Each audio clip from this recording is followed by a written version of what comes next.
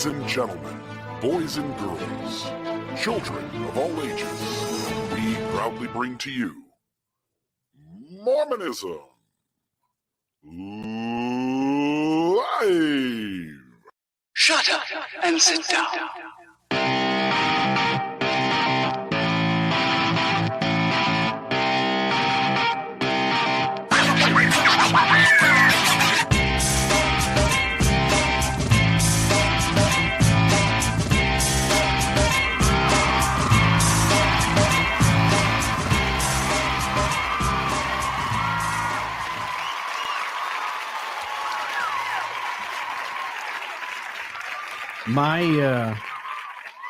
My favorite part is when Jesus says loud laughter and he kind of bobs himself kind of giggling. Did you ever notice that? No, I'm not aware of Jesus ever saying anything about loud laughter. Well, in our intro video, Jesus is on the screen. Okay, and there's yes. a little bubble that says loud laughter, and Jesus kind of bobs up and down like he's chuckling a little bit. Okay, and that's brilliant. That's all your handiwork, isn't Yeah, it? yeah. It only took me like 17 days to make that thing. So. Yeah, and well worth the effort as long as it's you doing it and not me. That's all I can say. Yeah. How you doing tonight? I'm doing so good. Good. I am doing fantastic. The sun is out. The birds are singing. There's a song in my heart. And maybe I'll sing part of it at the end of the show. I love it. I'm hoping to hear that tune, my friend. It sounds like a good one. Games people play. Yeah. We are on episode number, I think 77. And we're going to talk tonight about our good dear friend, apologist Jared Halverson, who really is in the last couple of years kind of made a name for himself, right? And has begun kind of being the go-to guy along with the conspiracy theory expert. Is it Erickson? That's Erickson. Church History Library. Keith. Yeah, Keith Erickson, right? So it's either Keith or Einer. Yeah, and I think it's Keith. I don't even think the Erickson's spelled the same way, so probably no relation either. But we'll dive into that. I do want to set a goal tonight, RFM. Our goal would be, we talked about this off the air, I'd like if we got 10 new recurring subscribers. And anybody who's listening, and we know that number's around 6,000 to 10,000, depending on the episode. Anybody listening, if you go to mormonismlive.org, click the donate button, and create a recurring monthly donation. Doesn't matter to us what amount, $3, $5, don't care. But just a way for you to help us keep this kind of stuff going. The last few weeks have been amazing as we've deconstructed serious issues within the book of Abraham. And I know what's coming up in the next few weeks, and I'm really excited for what we're going to cover.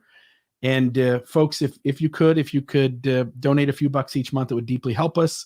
And to all of you who are already donating and helping us in other ways, we deeply appreciate each of you.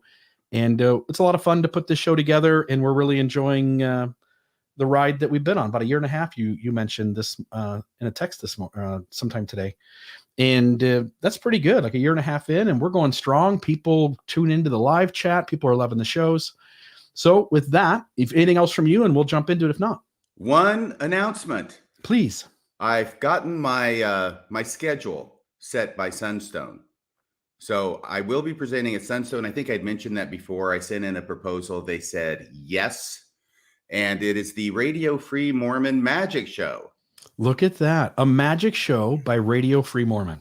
I could be mistaken, but this just might be the first magic show ever in the history of Sunstone. The schedule is going to be Saturday, July 30th from, I think 2:30 to 4. If you go to the Sunstone website, it'll have it up there. So it's either going to be SRO or SOL. Not sure which at this point. Wolverine wanted to know what's on your shirt. Logan, how you doing? Yeah, he's just bobbling his head, you know. Weapon X. There's Look a at throwback reference for any of you who might get it. What's on your shirt, my friend? Look at that. Well, it's Doctor Strange, baby. In the multiverse of madness. Awesome. So, folks, if you weren't planning on going to Sunstone, you now have to go to see the Radio Free Mormon Magic Show. And they put me up directly opposite Lindsay Hansen Park, who's apparently going to be doing a live podcast. She's going to regret that. No, I don't think so. I think I'm going to regret this. No, because I think both will be packed full. This is like putting me up against All in the Family back in the early 70s. Every one of them. I'm in the show. I'm in the show. I know. Okay, good. You know the show. All right. All right. Well, folks, get your tickets to Sunstone now because I don't think they're going to last. It's going to be max capacity. I will say just a little nod. In the past, when we've done Sunstone and there have been multiple sessions that had really good content, it didn't matter. There were enough people there that all those sessions filled up. So yeah, I think it'd be great. I know we have a lot to get to tonight. Is it okay if we can we take 60 seconds to talk about Dan Vogel? Oh yeah, please go ahead. Yeah, Dan Vogel had posted something today about the fact that he had put up a video some months ago commenting on the interview that John Gee had with Scott Gordon from FAIR. That was last December. They had the interview, and he put up his response to it some months ago. And he's not really good at keeping up with a certain email account that he has. And he found out today or yesterday that FAIR had lodged a complaint with YouTube against him, making false allegations, apparently, such as that he used the entire interview. And I mean, even if he had, he's interspersing it with commentary, so I don't think that's a problem. But according to Dan, no, actually, he'd only used maybe a third of the entire interview. And what he found out was that some months ago, FAIR had lodged this complaint, and some months ago, YouTube had said, wah, wah, nope, complaint denied. Video stays up. Good job, Dan. Bad job, FAIR. Vogel 23, FAIR Mormon 0. I love it. All right, let's jump into Jared Halverson. This was a recent fireside that he's done. He's done a couple of these. I actually had an email correspondence with Jared because I found a lot of what I thought was bad logic, bad rationale in some of his arguments. And I'd reached out in an email and said, hey, these are my questions about the way you're addressing things. Would you be willing to address it? He said, oh, yeah, absolutely. And then it was months and months and months. He finally got back to me and basically said he was too busy. He couldn't really tackle the questions that I had asked. So I was hoping to find those emails and we could share bits and pieces of those, but they're no longer in my email folder. They're just too old, and I cleaned it up and got rid of some of them. So, you know, I feel bad for those apologists because they seem to be perpetually busy. Yeah, they always are, aren't they? When things get sticky, don't they? No free time. No, peace to the wicked. They've always got a trip to Jerusalem, don't they? Oh, yes, absolutely. Or some other place in the globe. Yeah. All right. So he does this fireside. And in the midst of him having done that, there were 4 or 5 people that reached out to me and said, Bill, you've got to have, you guys on Mormonism Live have to tackle this. There's just so much bad logic in it. And I was actually expecting it to have a lot more substance to it in terms of the issues that need addressed. And as you, me, and Maven all took time to kind of listen to it and prod through it, it really is, it's really more surface level. And as we'll see tonight, the logic doesn't really get, doesn't really kind of straighten itself out and become sufficient. So no, any thoughts from you? Yeah. First thought is that this is a hugely popular presentation that Jared Halverson made. And frankly, I'd never heard of him before you sent me a link to the video. It's an hour and a half long. It is to the youth, I believe, probably a tri-stake kind of fireside.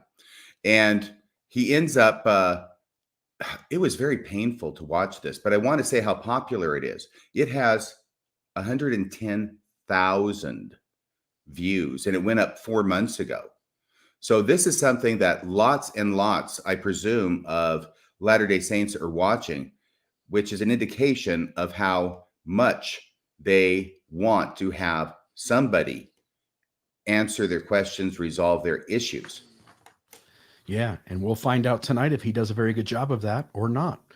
And so with that, Maven, if you've got the video handy, if we could throw up the first one onto the screen, and it'll be timestamp 634 to 705. While we're waiting for that, can I give a brief overview of this entire thing? Please do. Okay, because this was so painful to me to watch.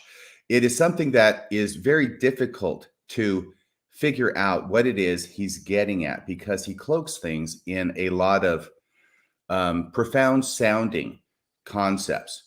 And frankly, what he does is he spends the entirety of his time not talking about church issues or questions that people might have. And he knows what the questions are. He's got a doctorate. He's got a PhD in early American history with a focus on anti-religious sentiments or studies. Rhetoric. Rhetoric. Thank you. He mentions that at the beginning. That's an unfortunate freeze frame, but we'll leave it. So anyway, and this was not planned. It wasn't planned by me. Okay. So anyway, but as I was going through this, I had to keep coming back to this and coming back to this. This was a huge labor to try and figure out what the heck he's saying. So like I say, he spends all of his time not talking about the issues. And in fact, he may have perfected the art of dealing with Mormon related issues without ever mentioning what the issues are. And that's probably a good idea from his point of view. So what he ends up talking about the entire time, almost, he leaves a little bit of time at the end for some questions, which is, you'll note, he doesn't actually read out loud. Yeah. He just sort of looks at him on his phone and then he gives the answer. And so it's kind of disconnected from what's necessarily being asked. But basically what he does is he talks about the middle way of Buddhism. And he talks about how there's different things that are opposites principles, whether it is loyalty versus individuality, something like that. And he uses a lot of these. And he talks about them as contraries, that these are contraries. They're on either end of the spectrum. And that wisdom lies and the truth lies in the middle. So we shouldn't go too far to one side or to the other. We should be in the middle. So he teaches this, and this is all quite valid, by the way. And it's very appealing because there's a lot of truth in what he says. But the problem is it has nothing to do with dealing with issues related to Mormonism and the questions that people have. Because when you're talking about individual growth, dealing with things that are inside of you, it has nothing to do with trying to resolve issues that are outside of you or in history. And what we're going to see is that when he finally gets around to talking about some of these issues, even though he does it glancingly and he doesn't go deep, what we find out is that once he gets there, everything that he's talked about in theory falls apart. And it doesn't make any sense when he tries to apply it to actual Mormon issues, at least not to me. Yeah, beautiful. So let's go ahead and play 634 to 705. Oop, we don't have any sound.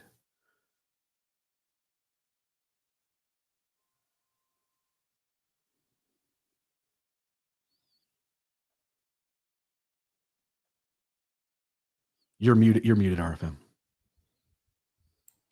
So no sound, no RFM. Okay. No sweat. Yeah. I'll let you work on that. You may have to remove it, Maven, and put it back on with sound. That might be the issue. Let's try it now. 634. I loved my 8 years at the University of Utah. It's been an incredible experience, but it does feel like an away game. I've taught classes at BYU too, and it feels like a home game. And Orem's a home game, and Logan's a home game, but Salt Lake, for some reason, and I know a lot of those reasons, is an away game. And to be honest, I wonder if there really are home games anymore.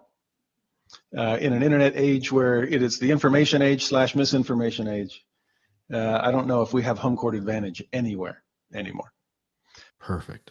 So I'll just note here, he speaks about the internet and that we live in an information age and a misinformation age. And there is no home court advantage anymore. And my question simply would be, why, when all the information, both good and bad, is laid out before you, is the advantage now always in the favor of the critic? That's a good question. Yeah. He admits there's no home court. There used to be home court advantage. And now in an internet age, there's no longer home court advantage anymore. It's a very good question. By way of background, I'll just mention also that he is an instructor at the Institute at the University of Utah.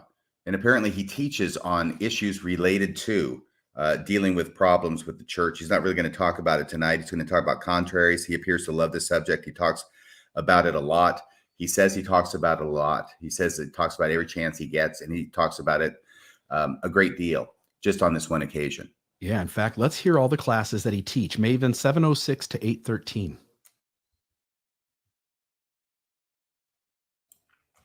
So when I first was brought back, they said, teach it to you and help us write the curriculum for this course. on the foundations of the Restoration, so we can help our young people navigate the tricky parts of church history. That was an exciting course to help develop. But the one that I started this last semester, we had a week on stages of faith to help people see where they are in the journey. We had a week on strategies of anti-Mormonism. That was an interesting discussion. We had a week on dealing with disappointment, since often our questions don't have less to do with church and more to do with just God himself and what on earth is he doing with my life. We had a class on dealing with doubt itself. We had a class on navigating head and heart and the dichotomy there. We talked about becoming unshaken in our own faith and how to learn the healer's art so that we could help other people navigate their crises of faith as well. But one particular. Perfect. So he lists all these classes that he heads up to deter and reduce faith crises and to inoculate young people.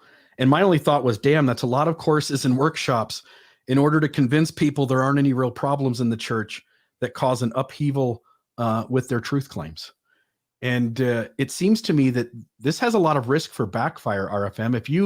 If you bring a bunch of students in and you go like, hey, there's messy issues and here's how I handle this. And suddenly you're going to have kids who are getting really curious about the things in church history. And I don't think that really ever goes well for Mormonism collectively. No, I don't think so. And maybe that's one of the reasons that he tries to avoid talking about any of those specific issues in this evening's presentation, or the one that we're talking about from 4 months ago. I don't know if he does any better in his institute classes or is more specific there. By the way, one of our listeners, Martine, has pointed out that she just did a little quick research and says that he actually doesn't have a PhD yet, that he is a PhD candidate at Vanderbilt. Interesting. So, and he says something about one of the classes he teaches is about being unshaken. Did you hear that one? Yeah. Yeah, I'm not sure if I'm unshaken. I may be shaken, but not stirred. Oh, man. All right. Next one is 11 minutes and 40 seconds. And he goes in, as you pointed out in the beginning, he uses that Joseph Smith scripture or statement that truth is by proving contraries, truth is made manifest, right? Yes, yes. And there's this idea that, as you point out, it's very useful when you go into virtues that are both good and kind of juxtaposed against each other. And the easy example he uses is justice and mercy. And he talks about how they have to be used appropriately. And I'll let you get into that conversation in a little bit, but he goes through and says, not only does it help us sort out juxtaposed virtues that are sometimes in conflict with each other, but it also can be used, proving contraries, to arrive at the truth within all the problematic areas of church history. And he's about to name these. So at 11 minutes and 40 seconds, go ahead, Maven. So if your question has to do with prophetic fallibility, and I've had a lot of students that are wrestling with that, especially the rising generation that has a difficult time putting trust in institutions, whatever they might be.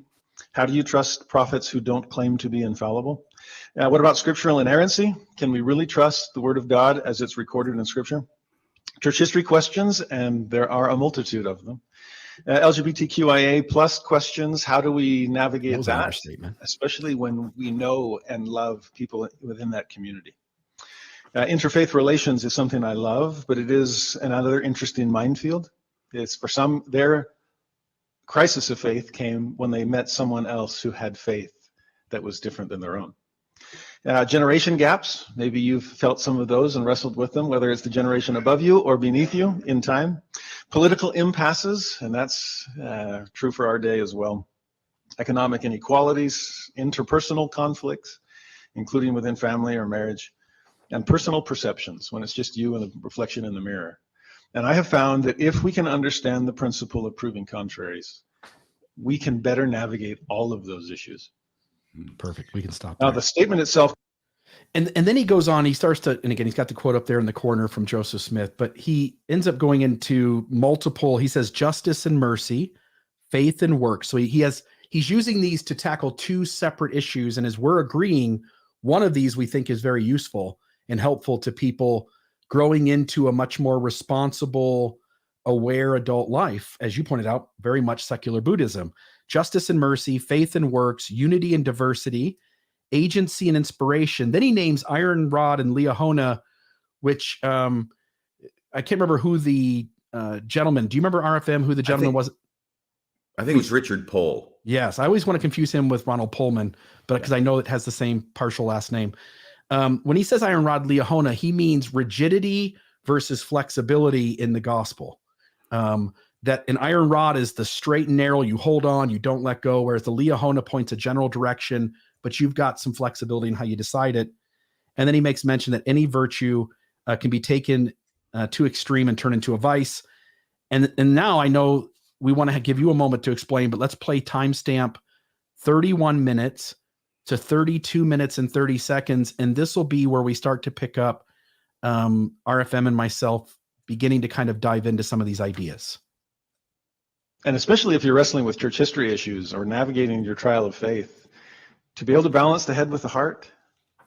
Because too often when I'm sitting with someone that's on their way out of the church, it sometimes feels like a conversation between the Tin Man and the Scarecrow, where one is all head and no heart, and they assume the other is all heart and no head. And we have to balance the two. We got to think about these things.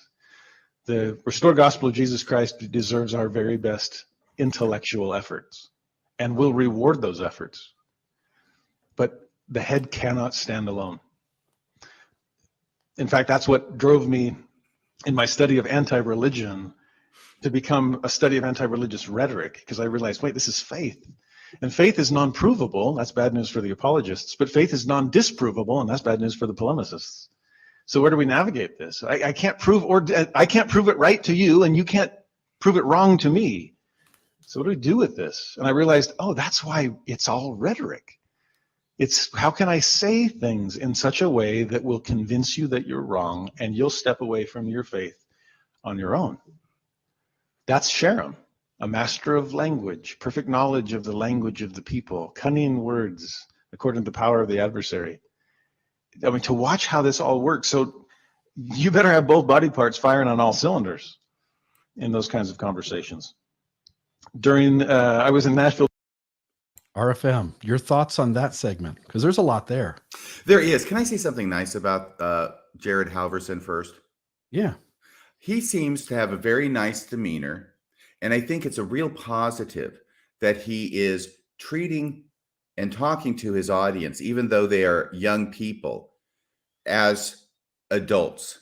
Is that all right? And I'm especially thinking of the contrast between the way he presents versus the way that Brad Wilcox presents. There's a huge difference, and I think it's for the better.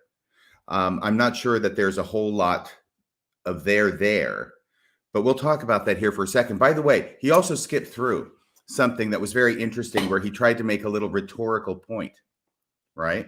Which is where he says, talking about prophetic infallibility and how a lot of students are struggling with that. Do you remember when he said that, Bill? Yeah. And then he goes, yeah, how do we trust prophets who don't claim to be infallible? You hear him say that? Because they're always sneaking that in there, right? They don't claim to be infallible. Well, how do we trust prophets that don't claim to be infallible? Even the way he frames the issue, if you stop for a second and just think a little bit about what he said, you can't trust prophets who aren't infallible. And they have claimed at times to not be fallible.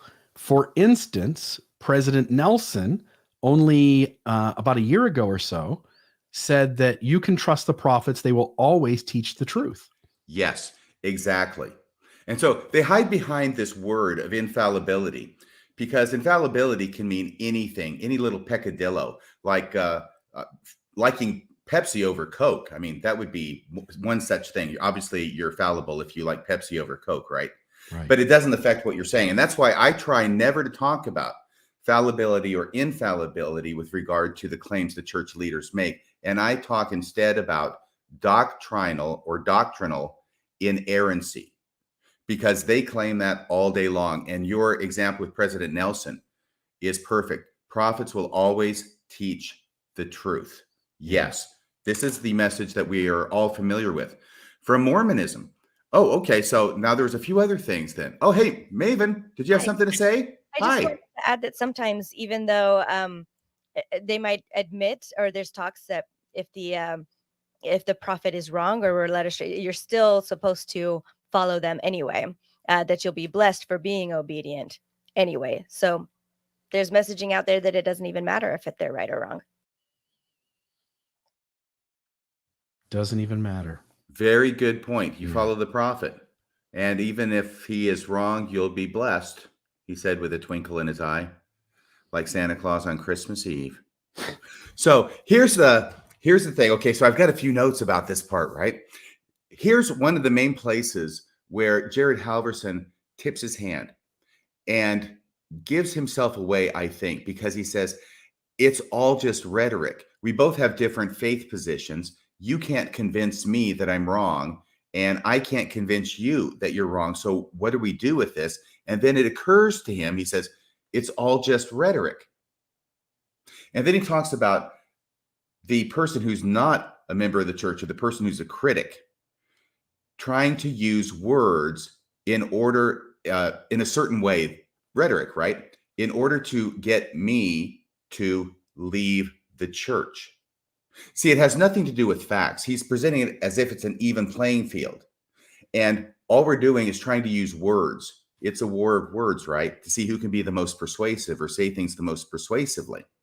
But the problem is that even though he only gives the example of the critic doing this to the member, it goes both ways. So what he said, to my mind, is what he's using is just rhetoric as well, according to his own rules. So he puts Mormonism on an equal playing field with any other system of thought or belief, including those he calls polemicists, but by which he actually means critics of the church. If nobody can prove Mormonism wrong to a Mormon, which is what he's advocating, that is the best of all worlds. He is actually now retreating to the point of saying, I can't prove Mormonism to you, but what the heck was I doing as a missionary for 2 years in Japan if I wasn't trying to prove Mormonism to people? I mean, in seminary, you joined after seminary, Bill? Did you ever go to seminary? Never went to seminary. I Okay. taught it for a year. Okay, well, you know about the scripture masteries. Yeah. With all the proof texts. Yeah. And they're called proof texts for a reason, because the majority of scriptures that we were supposed to memorize in seminary, I wasn't there for seminary either, but I got the cards later on after my mission and memorized them anyway. They're proof texts because they're designed to prove that the beliefs of Mormonism are correct and biblical. And so there are scriptures from the Bible to support it. But he's willing to divest himself of the power to prove Mormonism is true in order to divest the critic of the power to prove that Mormonism is not true. So he says, I can't prove it right, and they can't prove it wrong. And that's when he says it's all rhetoric, i.e., how can I, or the critic, say things in such a way as to convince you, the Mormon, that you are wrong, so you'll step away from your faith on your own? But is that really what's going on? And notice how I'm going back to where I was before. Yeah, he doesn't apply this to himself, but actually he's doing this too. And this is one of the big keys to helping me understand what's going on, is that he really is playing a protracted rhetorical game. Because even by saying this, toward the beginning of his presentation, he's undercut everything else he's going to say later. Because what he has showed now is that because he's talking about faith, it can't be proven or disproven according to his own rules, but that it's all just rhetoric. Well, if he's engaged in rhetoric, that means he's using words to say things in such a way as to keep Mormons from leaving the church.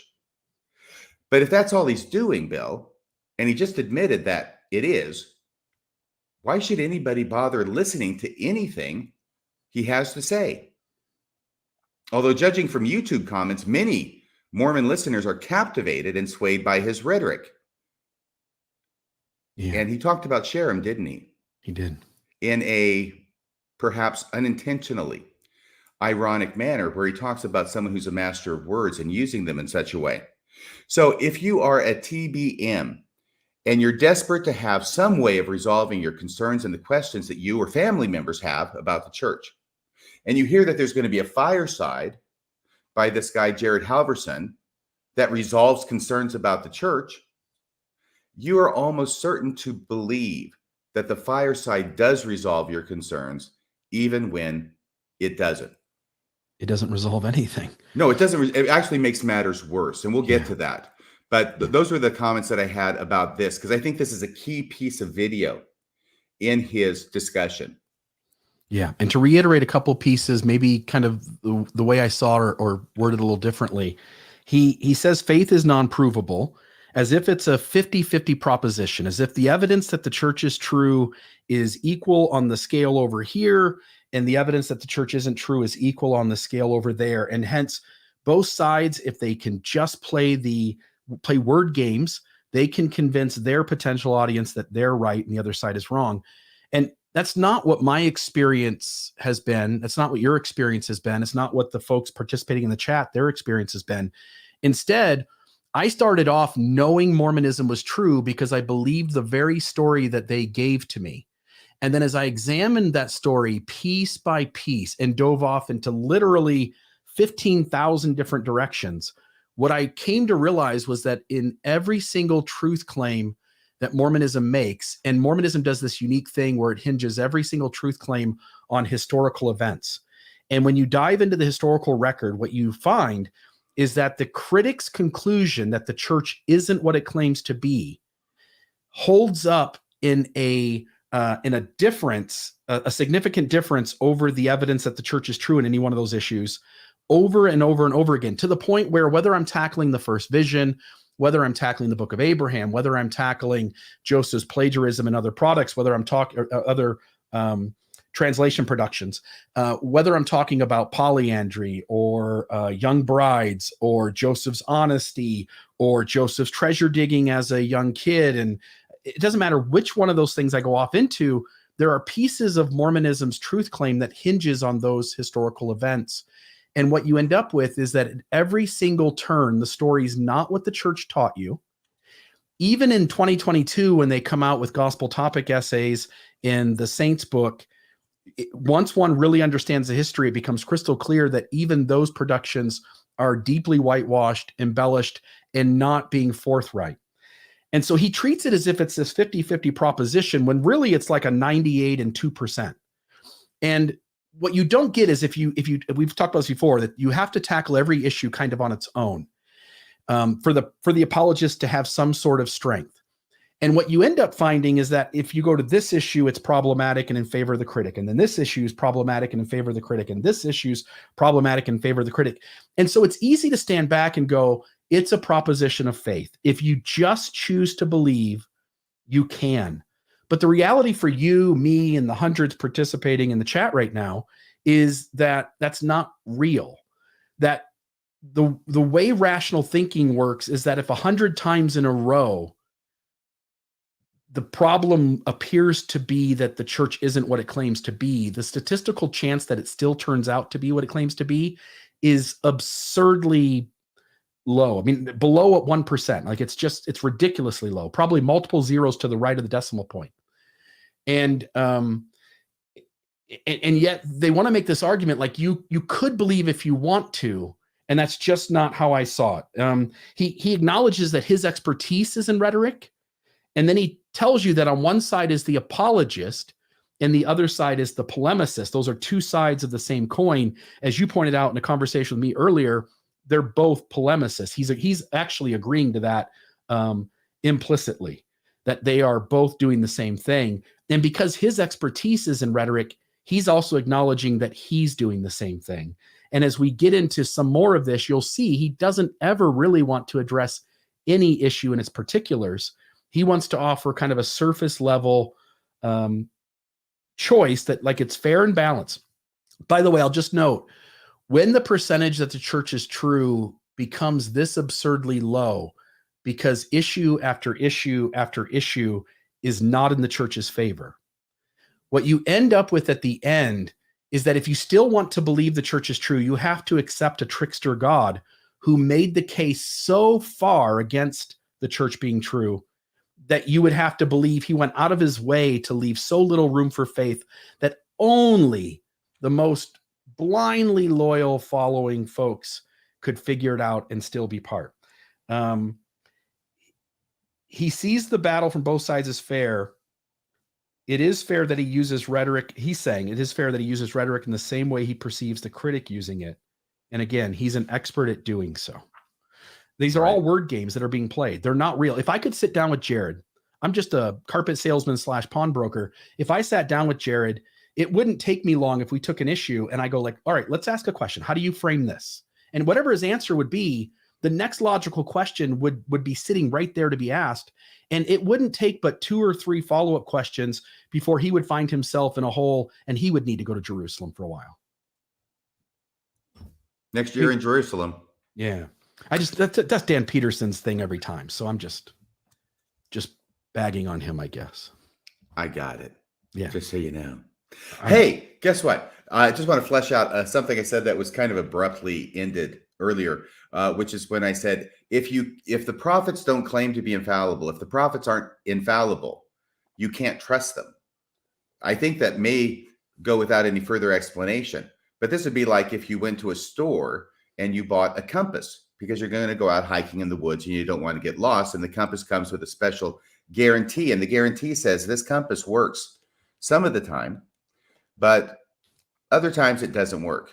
And you're not going to know which time is which until you get hopelessly lost. And then you'll realize that you took the wrong road because you were using the wrong compass. Are you going to buy that compass to go out in the woods? Are you going to use a compass like that? Well, no, because you can't trust it. Because there are certain things that you have to be able to trust before you're going to use them. And I'm going to suggest that prophets of God should be number 1 with a bullet on that list. Yeah. And it's even worse than that. To me, it's a broken clock that's right twice a day, only by accident. When you look at these issues and what these leaders have said, for instance, if I ask the audience, what has Heber J. Grant given you? What has George Elbert Smith given you? What has Joseph Fielding Smith given you?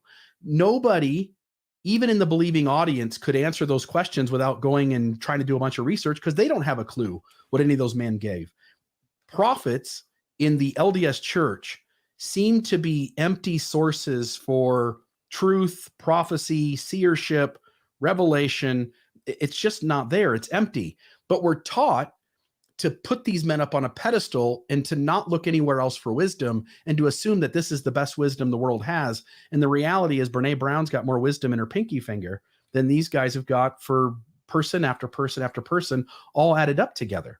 And when they address issues like racism, sexism, homosexuality, when they talk about how the civil rights movement, when they talk about various issues that have to do with how human beings are operating in the real world, rubber meets the road, these men constantly get it wrong to the point where they are 40 years behind, and it requires some sort of unanimity, which they talk about later on as well. Jared Halverson does. That it requires some sort of unanimity because these guys can't get on the same page in the moment that it's being talked about. You would think in the middle of 1962, they would be ahead of the civil rights movement. And they're not. They don't even get close until 1978, and probably not in reality till 2021, 2020. Yeah. Yeah. Good point, Saul. Okay. Next thing here, RFM address minutes 4230 through 4425. Oh, by the way, can I just introduce this for a second? Please. This is the second major place out of 2, by the way, where he gives away what he's talking about. Because what he's going to be talking about, and this is something that I started figuring out as I was really focusing on this the first time I listened, and I actually got a headache. I had to stop and go somewhere and do something and take some, ibuprofen and come back to it and look at it again. Because what he's talking about is this center place where we're supposed to be in our own personal growth. And it occurs to me that any analogy he's trying to make with this to the church, which is largely unstated, but it's implied, and you have to figure out what he's talking about before you can know, because he's not going to tell you exactly what he's talking about, is that the church is at this center place. So if we come to the center and we don't let go of either contrary or either opposite, but we incorporate the good from both of them, that is where he is suggesting the church is located. The church is always at the center. And that's what should happen. And that's why it's divine. By the way, at the very end, right before he says amen and starts taking the questions in the few minutes he's left himself at the end of over an hour, he actually did come out and say it. I was so happy to hear him say it, because it confirmed that what I had been thinking about this was correct, because he talks about, God bless us that we can arrive at the celestial center. The celestial center. So yeah, he's talking about the centers where the church is. It's where God is. It's where we need to be. Now, in this great quote, he gives it all away, because he talks about a question that he's been getting, and he gets frequently from some people saying about grace and works, or faith and works and grace, or works and faith, right? Or grace and obedience. And the question being, I hear a lot about obedience from the church. I hear it over and over and over and over again, but not so much about grace. And his response is what's illuminating. Because if he were being, I don't want to say sincere, let's just say if he were taking his principles that he's enunciated and did a relatively good job of talking about, he acknowledges that that is the case about the church's teachings. If he were applying this principle equally across the board and to the church as well, I would expect him to say, yeah, the church does probably talk about that too much, and maybe they should move more to the center and talk more about grace. He doesn't do that, because he is never, ever going to say anything critical about the church. Instead, what he says is this, is that this center point with the fulcrum, where it balances, if the church is way over here, okay, well, that becomes the new center. If the church isn't in the center of an issue, and it's way over here on obedience, and it's neglecting faith on the other side, well, that becomes the new center, because now he's going to hypothesize, with no evidence, by the way, that what's over here is very, very heavy, right? So if you've got your lever here and your fulcrum here, and it's not just even across, but you've got a very heavy object over on this side, then you would have to move the fulcrum over here closer to that side for it to balance. That makes sense in a physics kind of world. But notice what he does. He says, wherever the church is, wherever the church's fulcrum is, becomes the center. Play the tape. And vice versa. I'm going to skip ahead because of time, but this one's worth remembering. Never give an encouraging nod to the brass section, or you'll never hear the strings again.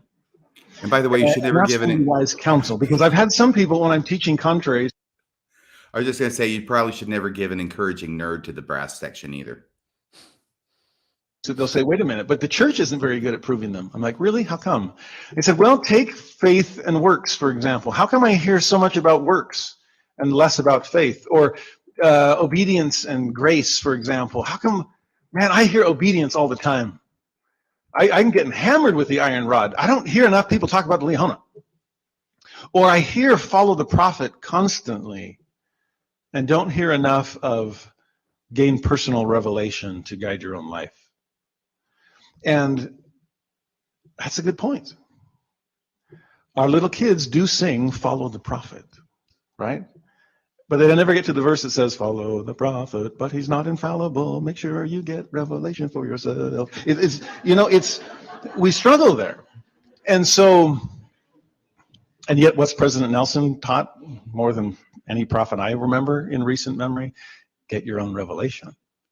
Okay? There's contraries being proven left and right. So how come, I think this explains something. Certain sides of pairs just sound louder in our ears than the other. So of course we're going to need to talk about this one a little bit more than this one, because I mean, have you ever seen something balanced where the fulcrum wasn't in the dead center? It was over on the side? And why? It doesn't look like it's balanced, but it is. Why? Because the object itself is unbalanced. It's too heavy over here. And so if I put it in the middle, it would fall. I'm going to have to talk about this side more than the other in order to be able to strike the proper balance.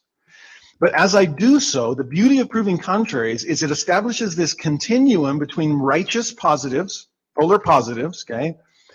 And both sides are true. And as long as I teach both of them, and as long as a person can self-diagnose with the help of the Holy Ghost where they are on the spectrum, then they can move accordingly. I hope that makes sense, because that is key here. The first time a student committed suicide. I think we're past the part where we're going to clip it. Okay. That's fine. Okay. Yeah. So did you hear exactly what he did? So we're supposed to come to the center. The center is where the truth is. The celestial center is where we should be. But if the church is way over here, then that becomes the new center, because the church is never going to be any place but the center, even if it's way off to the side. Make sense? No, but yes. I mean, you make sense explaining it, but it doesn't make any sense to how I could actually work out these problems. Right. Because wherever the church is the right place. It's like wherever you go, there you are. Yeah. The reason it doesn't make sense is because was the fulcrum in the right place in 1852 when the race ban was initiated? Was the fulcrum in the right place in 1947 when Dr. Lowry Nelson had a correspondence with George Elbert Smith in the first presidency? Was the fulcrum in the right place in 1949 when the church sent out a first presidency letter declaring that those racist theories that have been disavowed were in fact true doctrines of the Lord's true and living church? Was it true in 1977, just before the priesthood ban and temple ban were removed? Was that the center of the fulcrum in 1978 after the ban was removed?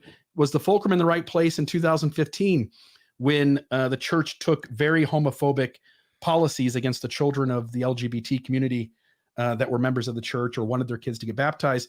Or was the fulcrum in the right place in 2019 when the church said that they had removed that and both were done out of love? The reality is, if I dive into church history, I can come up with moment after moment where not only prophets, but also the other 14 men who claim to be prophets as well right behind them. But that doesn't stop there. Also the members of the church who believed those prophets were true prophets and knew by the Holy Ghost that at that moment those doctrines were true, only to have the church in the modern moment disavow them. It's the reason living prophets trump dead prophets, is because you can't trust what dead prophets say. And it's why in this church, one of the few churches on the earth that really claims to have prophets, the reality is that once somebody dies, we rarely focus on their words anymore unless it's a piece here or a piece there that holds up the modern prophet in the modern church. Yes, very good. Very good. Wow. Now he would have to answer. He has to answer yes to every one of your questions. He would have to. Yes, he has. And as you point out, we should probably show the other timestamp, because as you point out, he absolutely gives the game away. Right. Can I just mention something here?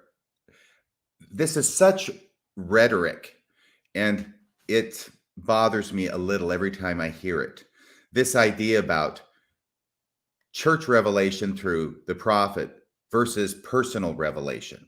And he even sings it in that song in a made-up verse, which is kind of clever, got some laughs. I liked it. But the thing is that, follow the prophet. He's not infallible. Make sure to get personal revelation for yourself. That is all meaningless. It sounds good. And the fact that they say it means that they know, they feel they should say it, even though it's completely meaningless. There is no such thing as personal revelation in this church. And we've covered this before. It has been made very, very clear, even most recently, to my knowledge, by President Eyring, that members of the church can and should receive personal revelation, but the scope of that revelation is so limited that it is there only to confirm that what the leaders are saying is true. You have no personal revelation above and beyond that. And as Elder Oak said in that fireside from, was it Face to Face for the Youth, 2017 maybe, where he talks about getting a question about somebody's parents who had prayed to God and gotten a revelation that they didn't need to pay tithing anymore. You know, that rankles him because we're talking about tithing. And he jokes and says, well, I told them that I don't know. What is it? He said something about they may have gotten a revelation, but they didn't get it from the right source. See, that's the double bind. That's the Box Canyon on the revelation thing. You can get a revelation from God that what leaders are saying is true. And if you get a revelation from God personally that anything they're saying is not true, well, that revelation is not coming from God. It's coming from a different source.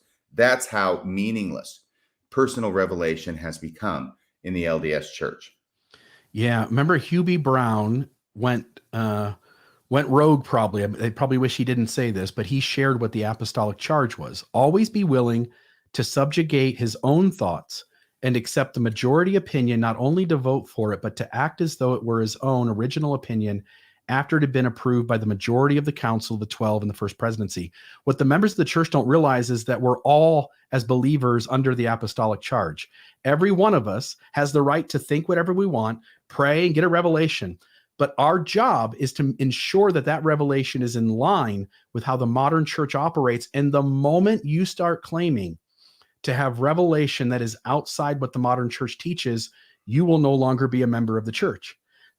So you also, by implicit agreement, have agreed that you will also follow the apostolic charge along with the rest of the brethren.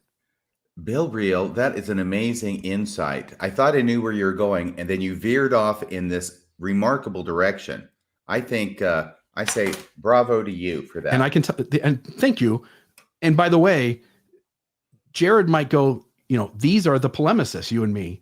The reality is you and I aren't doing rhetoric. Like, we're trying to articulate our points as clearly as possible, but we're really trying to give people the mess in its clarity so that you can see where that it is dead ends everywhere. If this were an Elder Holland talk, there would be 10,000 wrong roads before he got maybe to the right one, and probably never gets there. The car breaks down and dies.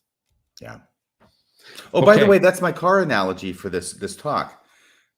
This talk is like a classic 1955 Chevy that Jared Halverson he's purchased. He got it from the junkyard. He's put it back together. He's buffed out all the dents and repainted it, replaced the windshield, waxed it to a high shine. It is absolutely gorgeous. Stunning. The only problem is when you pop the hood open, there's no engine. It doesn't run. Right. It's a beautiful car, but it's not going to get you anywhere. Nowhere. It won't even move. Not a bit. No. Remember, there's the faith not to be healed is now greater than the faith to be healed. It doesn't work. It doesn't run. It doesn't start. Yeah. Nothing happens. Again, tell me what George Elbert Smith did. What did Joseph Fielding Smith do? What did Heber J. Grant do? What did Spencer W. Kimball do outside of having to make a policy change and allow people to come into the church so it can continue to grow? You go back to each one of these guys and it's just emptiness. There's nothing there. The reason we don't really focus on these guys at all, other than the modern guy. Yeah. And when I talk about it not having an engine, what I mean is, as soon as you try and transfer this over to what it is he's ostensibly talking about, which is dealing with issues in church history and Mormonism even currently, yeah, it doesn't go anywhere. It doesn't work. There's no real solution to the problems. And here's another thing. I'm sorry. No, I have this in my notes later. This is something that's very important, is that this entire discussion for an hour and a half by Jared Halverson is a classic example of a wood tool. Yeah. All right. Now, would you talk about wood tools versus steel tools? Because I learned about that first from Jonathan Streeter. Yeah. Streeter was the first one to kind of come up with this analogy, as far as I know. Streeter can correct us if he got it from somewhere. But there are wood tools which are designed to be thought-stopping techniques. They get you to move on from the issue, but they really never solve the problem. And apologetics inside Mormonism are just tons of wood tools. Jonathan Streeter says there's a better way to get at truth. And if you understand how you would look for truth in the rest of your life outside of religion, he calls them steel tools. And steel tools are made to, are ways in which you investigate an issue to actually arrive at whether that is true or not true. Wood tools are circular reasoning. Wood tools are telling you to have faith and to read your scriptures more and to pray about it. Steel tools are asking like, hey, if we follow this to its logical end, does it actually add up? And so steel tools are always more useful, but when you want to believe, wood tools are sufficient to maintain belief. Right. And one of the things that he said about wood tools that I thought was especially relevant for a discussion tonight is you can identify a wood tool because a wood tool, the argument of a wood tool, will be equally as effective in resolving concerns with any religion, not just your own. So everything he says tonight in this fireside from 4 months ago is equally as effective at resolving concerns for Jehovah's Witnesses, for Scientologists, for Catholics, for any religion you could possibly name, including Mormonism. And when you recognize that about a particular argument, that's a wood tool.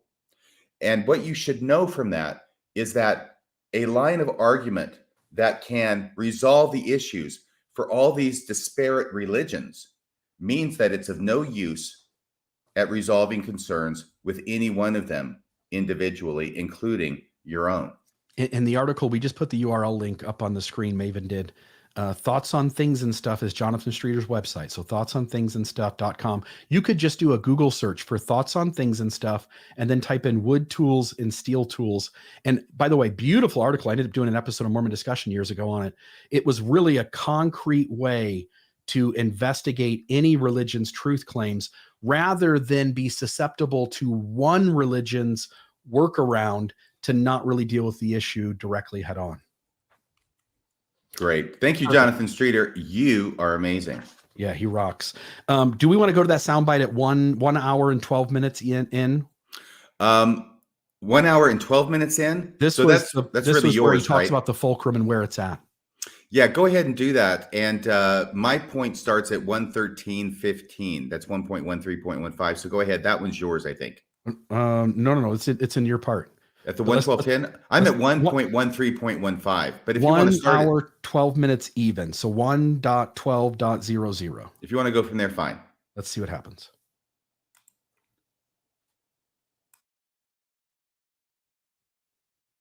The Celestial Center. Boom. I testify of that. In the name of Jesus Christ. Amen.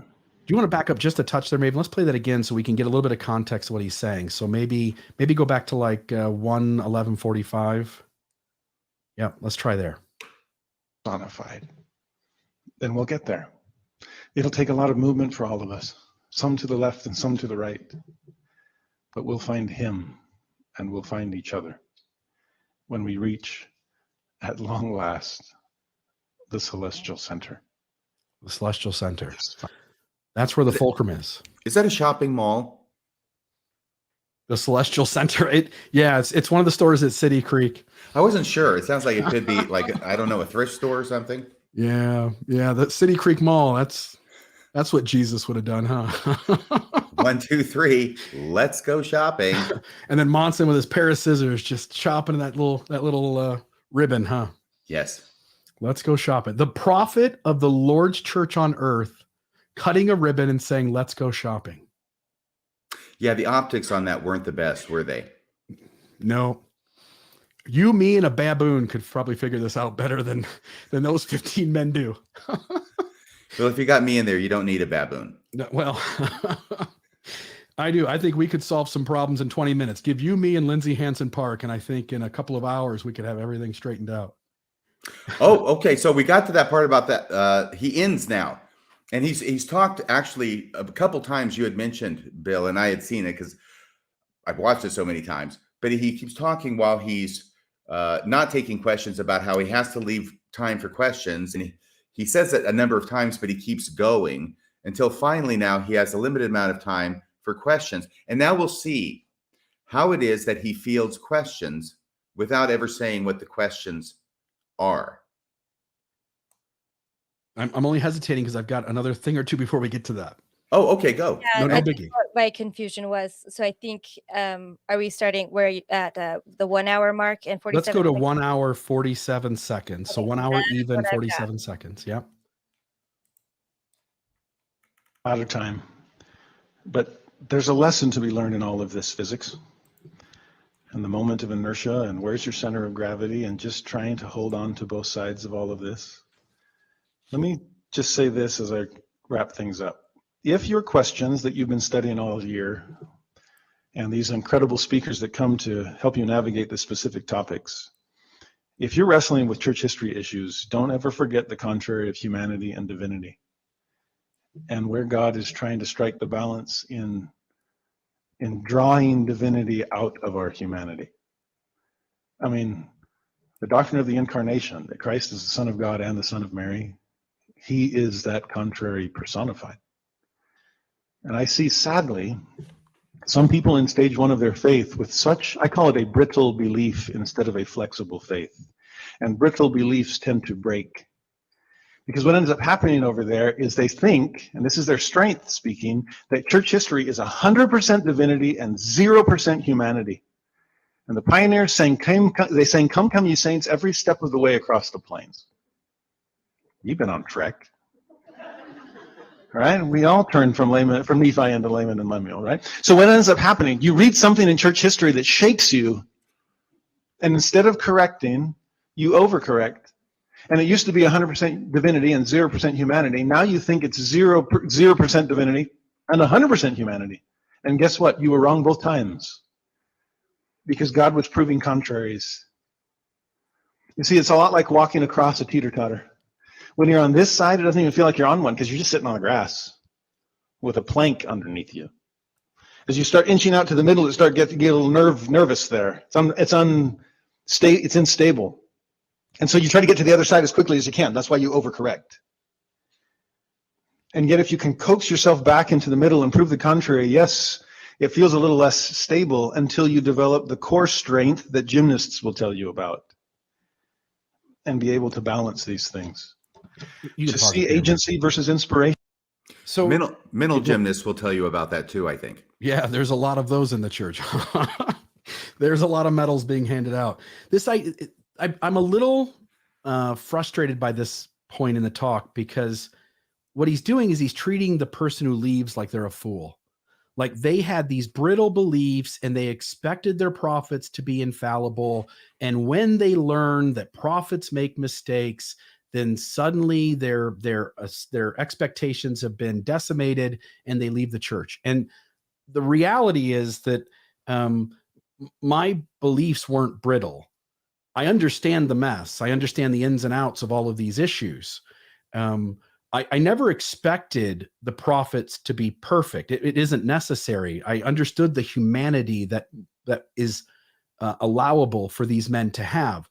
What I can't do is make sense of how often they're on the wrong side of things, and then I'm supposed to trust them when they seem to get it wrong over and over and over again. It's not a matter of like, hey, they get 99 things right and they get one wrong, and if we just learn to live with some of that, I could have done that easy. You could have done that easy. If they could have got 60% of their things right, I could have done that.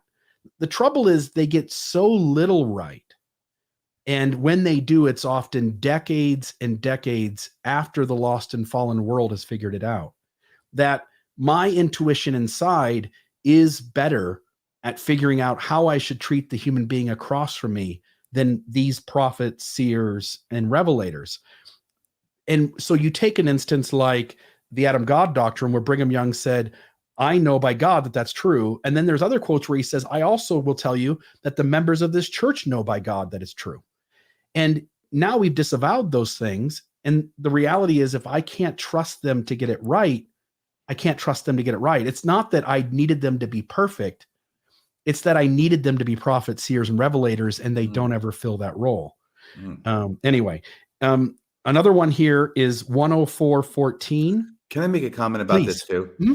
Because now we're getting to the point where we're starting to see the failure of the principles that he's been talking about as they apply to church history. See, he doesn't want to talk about anything specific, but let's just use the example of Joseph Smith's practice of plural marriage, where he's marrying at least 33 women, many of them without Emma's knowledge. Some of them are married to other men. About 11 of them are married to other men, some as young as 14. These are sincerely, deeply problematic issues. He doesn't want to mention it, but let's mention it, all right? Now, if what he's saying is that you find out that prophets made a mistake, i.e., that Joseph Smith practiced plural marriage in the way he practiced plural marriage, then you don't want to throw the baby out with the bathwater, because we never said they were perfect. And therefore, you're supposed to hold on to that belief while you're holding on to these other beliefs, and you're balancing in the middle of this seesaw, this teeter-totter. My concern with this entire approach, when it's applied to specifics in church history, is that what he is encouraging people to do is to accept those practices, as morally repugnant as some may find them, to accept them as part of the package of Mormonism and living this higher law of proving contraries and accepting the good and the bad that prophets do without analyzing them individually. Yeah, that we would have the idea of allowing fallibility in the issue that you just mentioned. We would have to make room for a prophet who demonstrably uses child predator grooming techniques over and over and over again. He invites young girls into his home to live or work. He slowly seems to be acting as some sort of fatherly influence over them. Then begins to suggest that they should enter an intimate relationship with him. He gives them short time frames in which they're allowed to get their answer. He gives them severe penalties if they don't agree with the answer he needs them to have. And any person who's aware of the techniques that a predator uses in grooming young children or children at any age into intimate relationships, if I had time to sit with Jared Halverson and run him through the Lucy Walker story, he would inevitably, just like Jim Bennett did, he would inevitably agree that there was deep unhealthiness in the way that Joseph Smith did that. So then I'm left to accept not just a prophet who's imperfect, I would be forced into a Sophie's choice of accepting a child predator who uses grooming techniques that are on the historical record and still believe he's also a prophet of the Lord. And until somebody can go, yeah, God uses pedophiles too. Like, that doesn't make any sense to me. And he's going to have to come up with an explanation. But like you say, he won't get near those direct questions with a 10-foot pole. And can I just add one thing here so I don't forget it later on? Please. The entire thrust of his message seems to be that the highest and most mature form of spirituality in the church is to live with severe cognitive dissonance. Yes. Yes. Yeah. In fact, after the next timestamp, I think Maven's got something to say about that in terms of the kinds of contraries that we need. Great. So, Maven, will you play soundbite 104:14, 1 hour, 4 minutes, and 14 seconds? He almost has a slip of the tongue here and he catches himself. Thank goodness, huh? We are asking our LGBT brothers and sisters to live the law of chastity to keep their covenants by sacrifice. Yeah. He at incredible what? At incredible Cost. sacrifice, at incredible loss. Yes. Cost, yes. Cost. Yes. And he catches himself because he realizes he can't say that. That's And a little then too he- much. And then he puts it like he wants to say like what heterosexual folks give up living the law of chastity is this, and what LGBT folks give up is this. And then he catches himself before he says it and goes, oh, it's about the same. Like his words basically make it like, oh, they just have to live the law of chastity like the rest of us. It's messed up. Maven. Okay. Yeah. So this is where I think I wanted to jump in because, of course, this stood out to me too. Or actually, I don't know. Are we going to play another thing that he says about this? I think There is the next clip that comes right after this. If you want to play that. 107. 107:30. Okay. Yep. Let's go there. And then you can talk about how these two go together. Okay. 1 minute.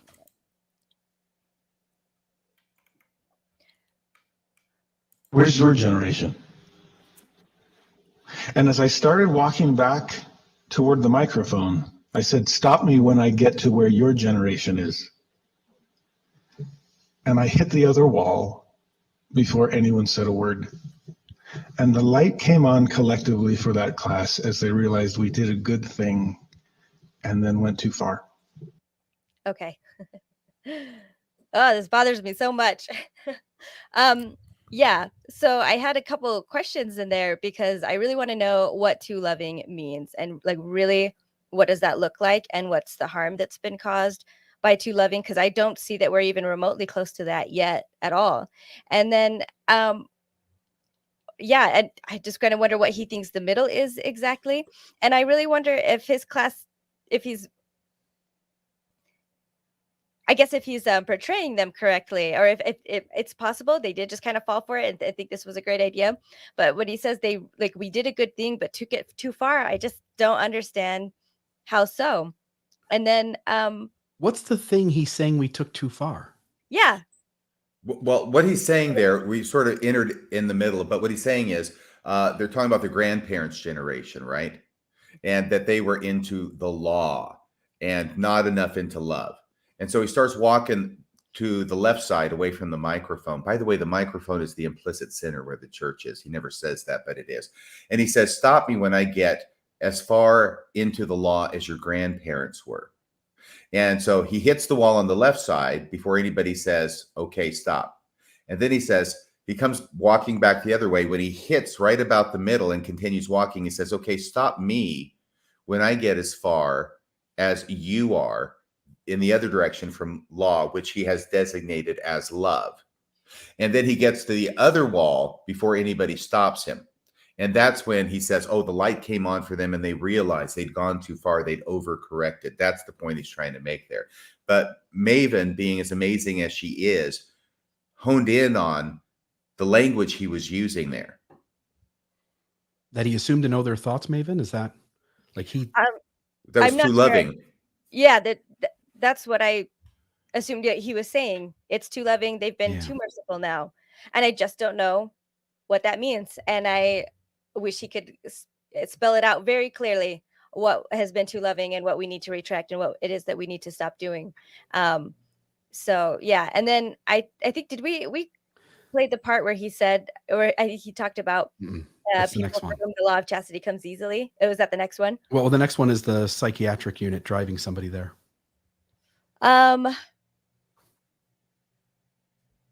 Sorry, I'm just not sure if that part is in that part or is it. I'll just say what I was going to say, and then it Sure, can lead please. to it. He says that after. Okay. At some point, he says that he's talking about for those for whom the law of chastity comes easily, because he's wanting those who are able to live within the church's parameters to be a little bit more merciful to those who don't. Although he wants them to also follow the law and do what they're supposed to do, which is to not act gay or trans or whatever it is that they're not supposed to be according to the teachings. But anyway, as someone for whom the law of chastity comes easily and has come easily for most of my life, I just wanted to speak for myself that that I personally find the idea of people living like I do, but against their natures and without love that they actually want as repugnant. There's a lot of things that I'm not interested in doing in any way, shape, or form. But if that is what other people want, if that is how they find intimacy, that is what I want for them. So I just don't like him speaking for people like me who could fall and do fall within the parameters of the church, and act like we just need to be really, oh, like I have empathy for you, that, for trying, it's just ridiculous.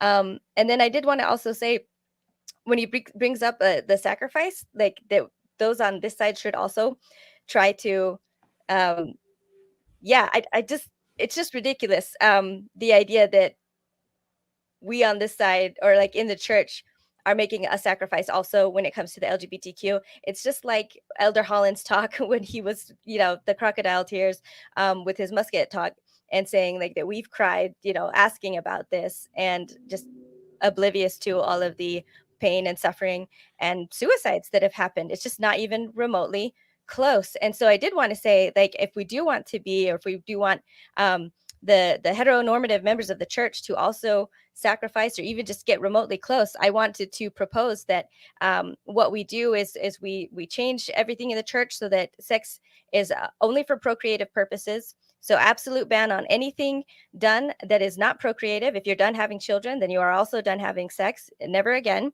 If a spouse dies or divorces you, no second relationship, because you already at least had one. And that's something that you're denying LGBTQ people.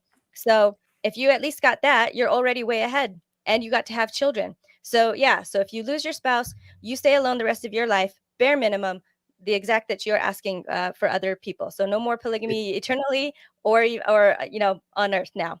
That's what I You wanted might to have say. said it, by the way. You might have said it, but I was trying to get the call-in studio going.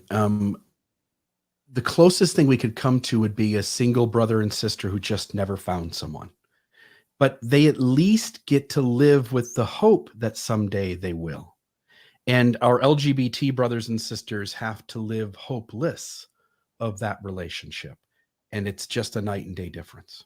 Right. And this was something that I used to do actually as I was getting older in the church, and before I quite realized where a lot of my ignorance was coming from. I was feeling the same way. Like, look at me. I've been single for, I might not get married. So that's the same. But yeah, it was somebody else that pointing out that exact same thing. I still have hope. I still can try. I can still think it'll happen for me, where these people cannot. And it's really unfair. Right. What I like about what you've done, Maven, is that you have taken what he has said with rhetoric and said, this is where the center is. And what you've done is you've actually given a different example that shows where the true center would be, using the same principles that he's taught. That's really where the center would be, wouldn't it? Right. It would. But he doesn't go anywhere near, and that's why I just really disliked a lot of this talk. It's a lot of ideas. It's a lot of wishy-washy, and I think just expecting the members to get it's this culty code speak, double speak, where he doesn't actually have to say what it is that he's implying. And those who are in the know, those who have been in the church for forever, they know what he's talking about. But yeah, that's the thing. That's what just makes it all the more ironic that he accuses people like us of being cunning with our words, of being shifty and, clever, when we can at least speak with direct sentences and direct ideas, and we can spell out what it is that we're talking about or give examples. But he can't. And he knows he can't, because he knows it's terrible. He knows it's awful. So yes, he has to just try to carefully dance around a subject long enough to draw attention to it without actually pointing it out. That's what he's doing. Yeah. And if the law of chastity were the same for both the heterosexual as well as the homosexual community, then students at BYU could hold hands with someone of the same gender. They could go on dates with someone of the same gender. They could kiss someone of the same gender. And you and I both know what happens at BYU when that occurs. It's not allowed. The rules aren't the same. It's not like the law of chastity is equal for both sides. It really isn't. Yeah. Thanks for letting me share my piece. Yeah, you're welcome. All right, so let's go to 1 hour and 19 minutes. This will be really quick, and then we'll start talking about how he's going to wrap up for questions. And we're going late, and I'm really apologize to the both of you. Hey, let me say something, that the challenge here, if what we are saying sounds at all lucid and cogent and makes sense, then it is only because we have labored, and I really mean labored, for hours and hours and hours. I'm speaking just for me, and I know Bill's done the same thing, to try and understand what the heck he's saying and to bring up the clips that highlight that for you, so you don't have to go through all this exertion. I certainly encourage anybody who wants to go back, watch the whole thing, and you'll see exactly, I believe, what it was that we've been describing. And you'll see how it's all clouded, it's all foggy, it's all very difficult to get at what he really means. And if a person who's as expert as this individual is, Jared Halverson is, at speaking, Rhetoric. if he's clouding things up, it's likely because it's intentional and not accidental. Isn't that the exact purpose of using rhetoric for when you don't have any substance? Rhetoric can be a way to shift kind of the burden of the argument. Yes. And I do understand that his middle name is Sharon. I doubt that, but I think that's hilarious. So, oh man. All right. 1 hour and 19 minutes. Back, especially with something as narrow and significant as this, prepare yourself for probably a lot more course corrections. Not because the doctrine is changing, but because our response to it is usually extreme. And the Utah Compromise came, and I pictured a lot of Latter-day Saints with their love side saying, finally, it's about to change. And no, we have to honor God's law. So pull back. And then people overcorrecting and go, oh, so it's law. Okay, this is what we got to do. President Nelson explained it at a BYU devotional, saying every single time a bishop asked about an exceptional circumstance because they sat down with this couple, and you do want your child to be baptized or blessed? Do you understand the situation? Okay. And the First Presidency honored every single request. So I hope this analogy is making sense. Go a little further. I think he's going to say that 2015 and 2019. Just constant course correction, because it is a very narrow way. When Jesus corrects the Nephite disciples 3 times in 3rd Nephi, saying, you're seeking orthodoxy, that's good. But you're seeking it through disunity, and that's bad. I'm a fan of orthodoxy. I am the way, the truth, and the life. But I am a fan of unity, because if you are not one, you are not mine. So there can be no disputation among us. Contention is of the devil and not of me. You can pause me, but I don't. There's somewhere where he says the 2015 policy change and the 2019 change. Why can't they both be from God? And that just doesn't make any sense. Right. And can I just mention what he's doing right now? What he's doing right now is part of this rhetoric, because what he's saying is that orthodoxy is on the opposite end of the spectrum from unity. Right? But orthodoxy requires unity. I mean, they're on the same side of the spectrum. They're not on different sides of the spectrum. So I'm not sure I'm following his argument here. It doesn't make sense to me. No. All right. Now let's talk about how important he thinks the questions are. I wanted to jump in real quick. I feel like I'm hearing this a lot more from members in the church anyway. And I feel like I guess President Nelson's talk recently is about this too. They really want to follow the law and they want everybody in on that. And so I felt like he was saying, but we need to be united as well. They just want everyone to stop complaining. And it's the people who are not falling in line that are being divisive. It's this kind of rhetoric where, it's you're picking other isms or you're identifying with these other labels, etc. When, they just want everybody to fall in line with what they're saying. And that's what I feel like he's saying there. He's trying to make it sound like they're trying to pull in 2 sides, but they're really not. He's just saying we need to follow the law and just fall in line and be unified about it. And stop talking about these things. Stop being divisive. Anyway. Yeah, good point. And that reminds me too, one of the things he says here is that it's the members' fault. It is never anything the leaders do. He certainly memorized the lesson that it's wrong to criticize leaders of the church, even if the criticism is true. So notice what he says. No matter what the church does, if it provokes a response in the membership, which is usually a negative response that he's referring to, it is not the leader's fault. It is the members' fault for overreacting. You heard him say that, Bill, right? Yeah. Yeah. We overreact, and that's our fault. But he was talking about the 2015 policy change, which it wasn't the members that overreacted. Who was it? The leaders.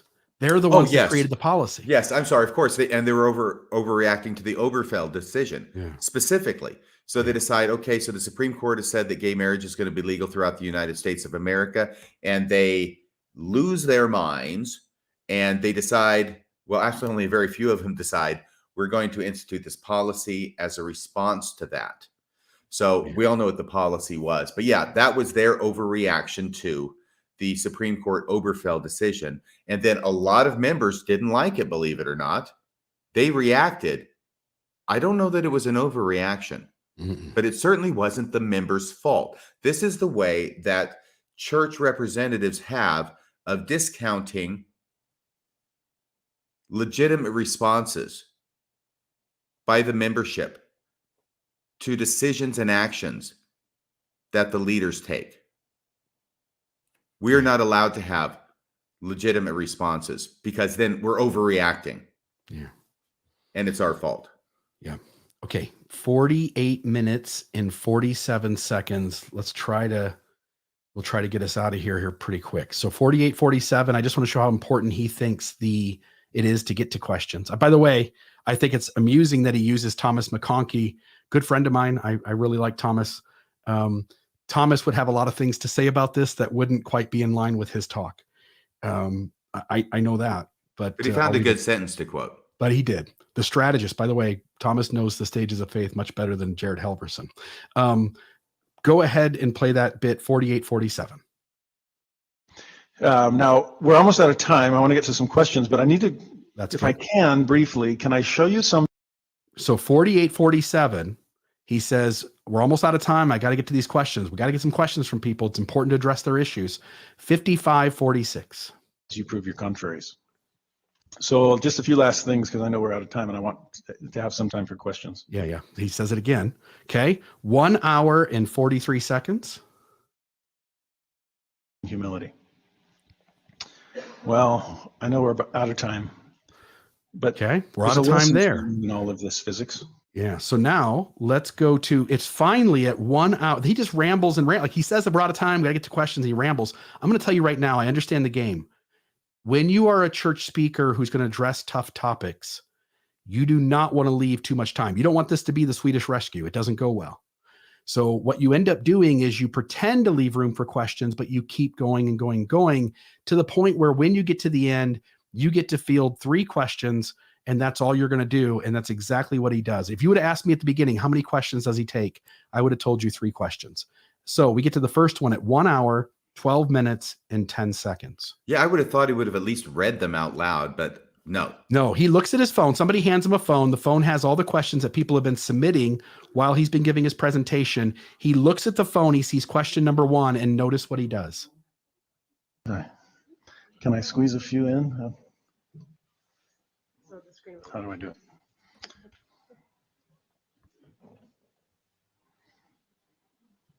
So here's a good one. Example from church history that teaches the separation of contraries to the deficit of our faith. Well, the whole divinity humanity is a huge one on as we approach things. It's actually interesting too, though, to see.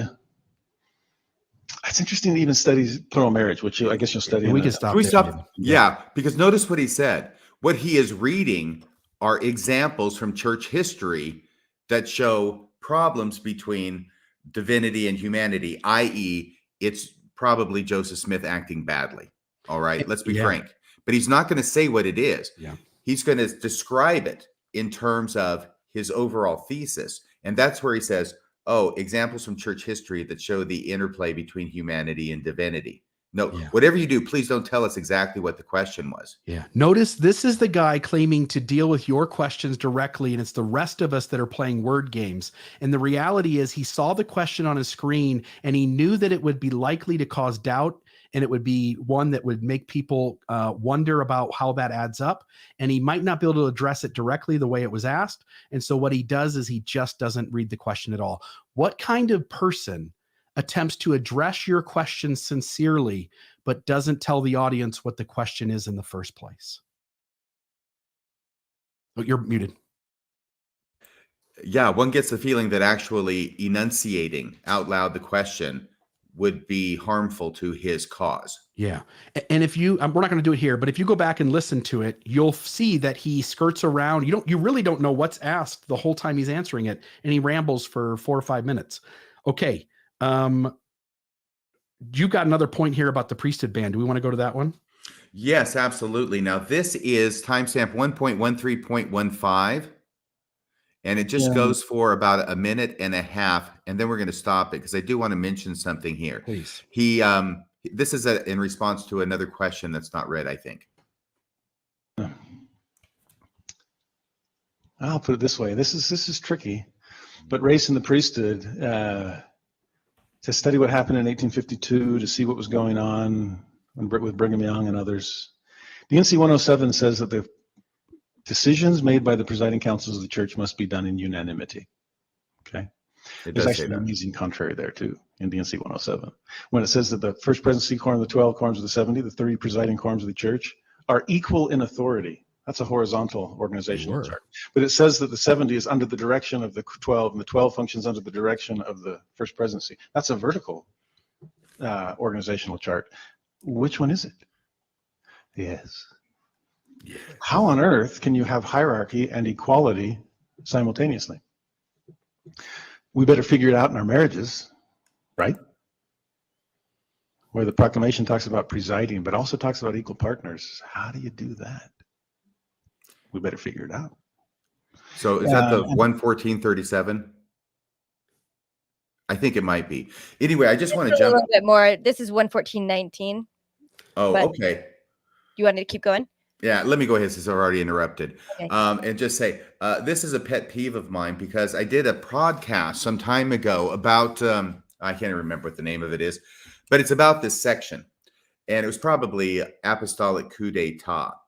Because when you actually read the section, my concern is that Jared Halverson is now moved from rhetoric to actually using misinformation to the audience. D&C 107 does talk about the first presidency. It does talk about the quorum of the 12, the traveling high council. It does talk about the 70. And it talks about them as being equal in authority. By the way, it also talks about the high council in the stakes and the stake of Nauvoo as being equal in authority. This is where they always stop. They never get to the high council, right? Yeah, because that's really President bad. I mean, that doesn't fit today. Yeah. So they never talk about the high council being equal in authority with the first presidency, with the quorum of the 12, and with the quorum of the 70. It does say they're equal. What it does not say, and I went back and I reread the entire section just to make sure I was correct on this.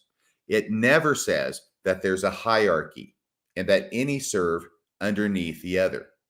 It is strictly equal in the language of the revelation. The hierarchy has been added over time because, well, certain people felt that a hierarchy was a good thing to have. And that's usually the people at the top who think that a hierarchy is a good thing to have. It's not in the revelation. So what he's going to do now with his hierarchy will be seen in the next part of the clip. How do we get there? We have to achieve unanimity. And how do we do that? D&C 107 says the pathway to unanimity is paved by Christ-like attributes, faith and virtue and temperance and diligence. And there's a lot of contraries along the way. By the way, notice he mentioned the priesthood ban. Did you hear him say that? That's all he's going to say about the priesthood ban. He is never going to get around to talking any more about the priesthood ban other than just saying its name. I think he said the words and then he realized, don't want to go there. So we'll go somewhere else. Maven. Yeah, and I just put Mormon Movement's quote up that said that it's quite the way to say that women aren't in charge, and we all know it. That was something that bothered me as well when he was talking about hierarchy and equalness in marriage. And he was like, how does that work? Better figure it out. And I just, something like that would be really good to be more explicit on, because this is a way, again, that so much harm is done in the church from men having so much authority and ruling over their wives. So he's trying to make it sound like it's just, that there's this nice way to do it. I hope you figure it out. It just bothered me. It was just another thing. It's rhetoric. That's all it is. It does not work in the real world.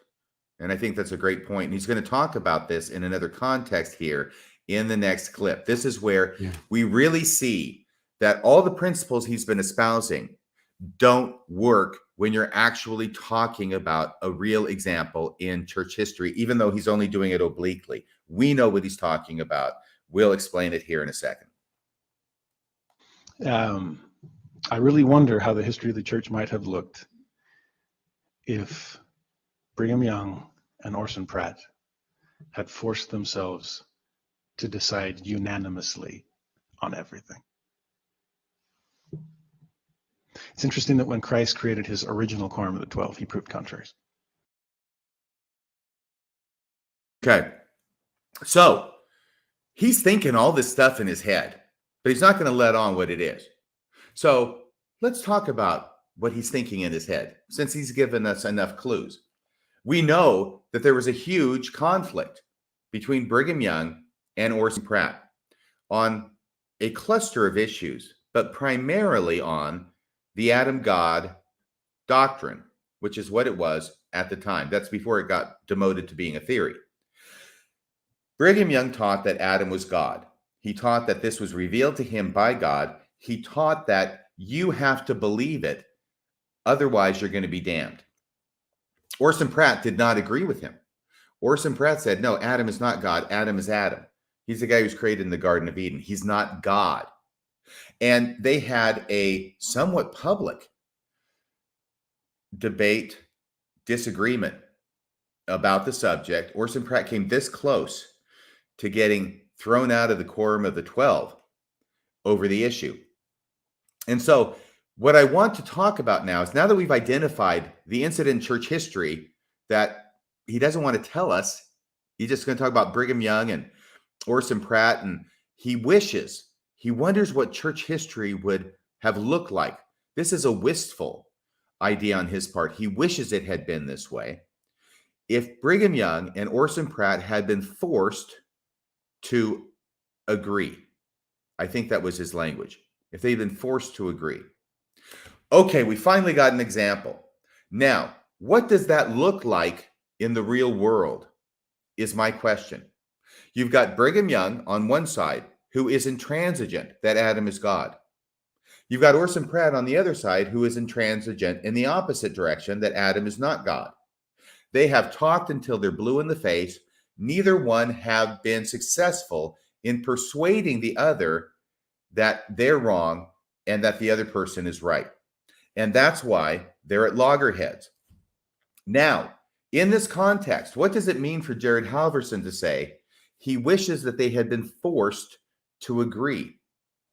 Because what that means is that either Orson Pratt or Brigham Young have to cave on their convictions. They have to cave on what they vigorously believe to be true. In order for them to agree, to be forced to agree, which he considers to be a good thing, the unity part, right? That's what he's hitting. One of them has to cave. Okay, now that we've said the obvious, which one of them, Brother Halverson, has to cave? And I think the answer to that is obvious too.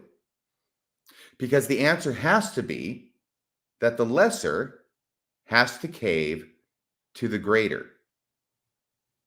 And he certainly doesn't want to go there because, of course, I'm talking about Orson Pratt caving to the president of the church, Brigham Young, because that increases the difficulties when we're actually talking about facts.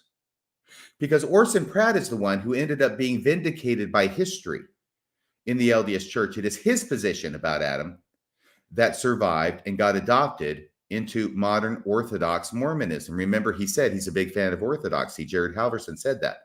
That has become the Orthodoxy in Mormonism, and the Adam God theory has gone the way of the dodo. My apologies to Elder Holland.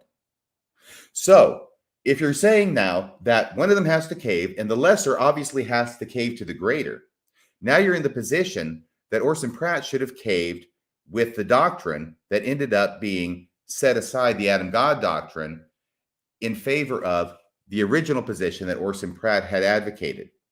So this has difficulty upon difficulty. But the main point that I wanted to bring up is that here we know what he's talking about. We know that these two people had different opinions, and he thinks it's a good thing that one of them had to cave to the other, that they were forced to agree. And I think that undermines almost everything he said up to this point. Because I think if he were being true to his principles, he would say, okay, we've got Orson Pratt on one side and you've got Brigham Young on the other, and let's hold these in tension, right? There, we have to hold on to both of them. We're in the middle of the seesaw balancing. But no, he doesn't apply the principles when it comes to actual incidents in church history. Not only do they not work, he doesn't want to apply them. Instead, he's going to go for hierarchy over equality, and submission and loyalty over agency. And RFM, I think there is another possibility, but it doesn't get better. If Orson Pratt and Brigham Young played by the rules that the church does today, because there's disagreement in the quorum, maybe they just table it and they don't make a decision, right? But what that then says is that Brigham Young in that moment acted as a false prophet and taught false doctrine to the church, which is already the church's admittance anyway. And the reality that by tabling it and waiting till some later time and never having an Adam God doctrine isn't any better, because what it says is that what really did happen is that Brigham Young taught false doctrine. So if he takes the other path, he's admitting himself that Brigham Young was a false prophet by teaching false doctrine, saving doctrines to the saints about the very nature. If the church can't get, if its prophet can't get right, the very nature about who God is, then it's all downhill from there. It's not going to go well. So he can't take either side of his proposition, and he pretends like he's got the problem solved in his head. Right. So let me just say another couple things about this, then I'll be done talking. Okay. Right. What he comes down to, instead of holding these principles in tension, remember there's obedience and agency, and we're supposed to hold those in tension. No, when it comes down to the real facts of the church and how he feels about the church, it's obedience over agency. We just saw that in that example. His whole talk comes down to obeying your priesthood leaders after everything he said. That's what it comes down to. Obey your priesthood leaders. It is an idea that focuses and privileges obedience over agency, And unanimity, by the way, trumps individuality. That's another one of his pair of contraries. No, we're not holding them in tension when it comes to the church. Unanimity trumps individuality in this example. So now it's all becoming clear. And this is an important point because he's going to make this clear at the end of his talk. That he's already mentioned it, that unanimity among the quorums is what establishes revelation. You heard him say that. He'll say it again and quote President Nelson to that effect. The problem is that the priesthood ban, the priesthood and temple ban, was unanimously agreed upon by the quorums, the quorum of the 12 in the first presidency, for over 100 years. It was agreed upon, which by his definition, I'm having trouble speaking tonight, which by definition makes it God's will. It makes it revelation. So what does he do with that? Well, we don't know because he's not going to go there. But it's a question that his line of reasoning forces him to have to deal with at some point, even if he's not going to talk about it publicly. Because according to his own definition, the priesthood and temple ban was revelation because it was unanimous among the quorums. And then I have to ask the question, so why is Brother Halverson talking about humanity and divinity? Remember, that's another pair of contraries. Why is he talking about humanity and divinity when obviously the priesthood and temple ban was completely divine according to his own definition?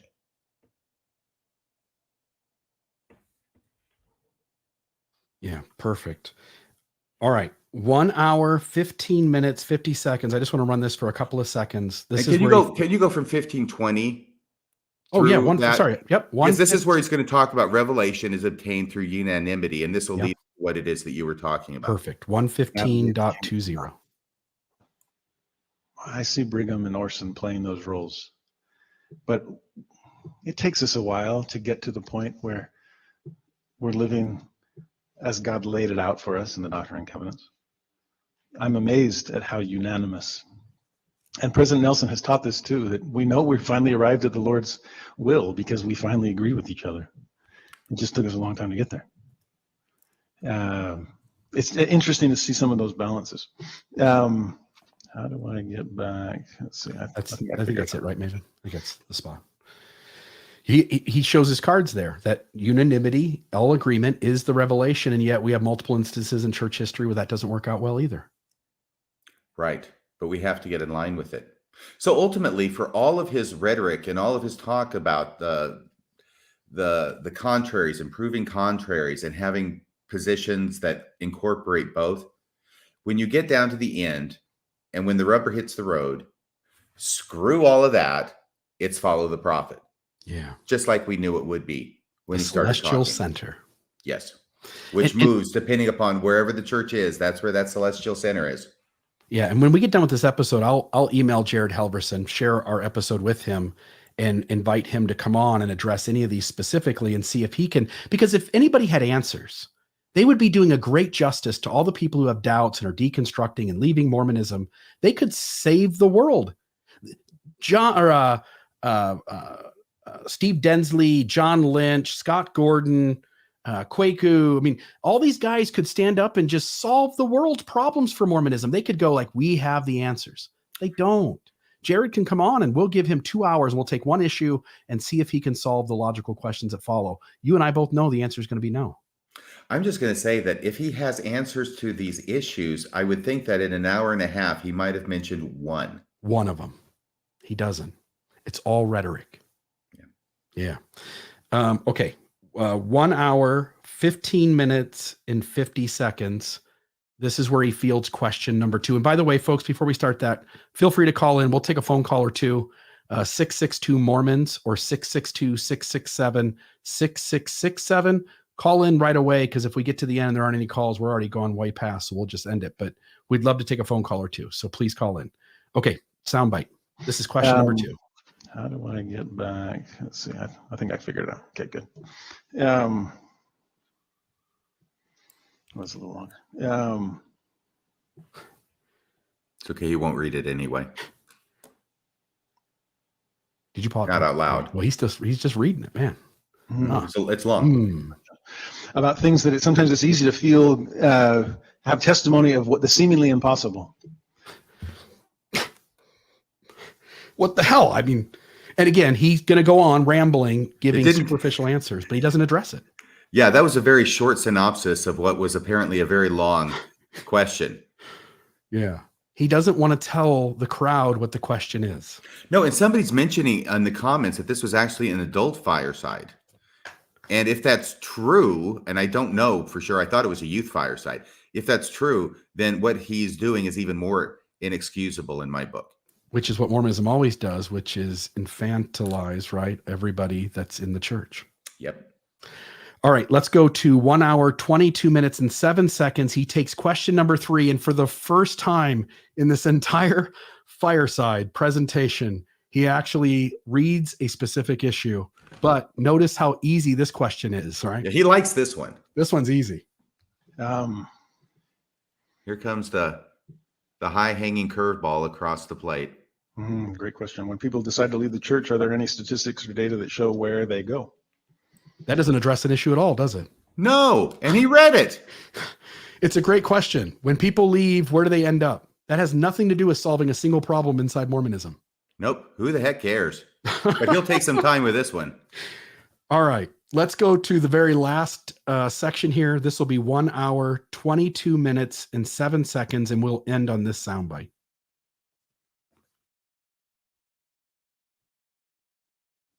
Oh, I'm sorry. That's the one we just did. Let's hear his answer. Fast forward maybe 20 seconds, Maven, and let's play this little last bit. With the closest thing to balance.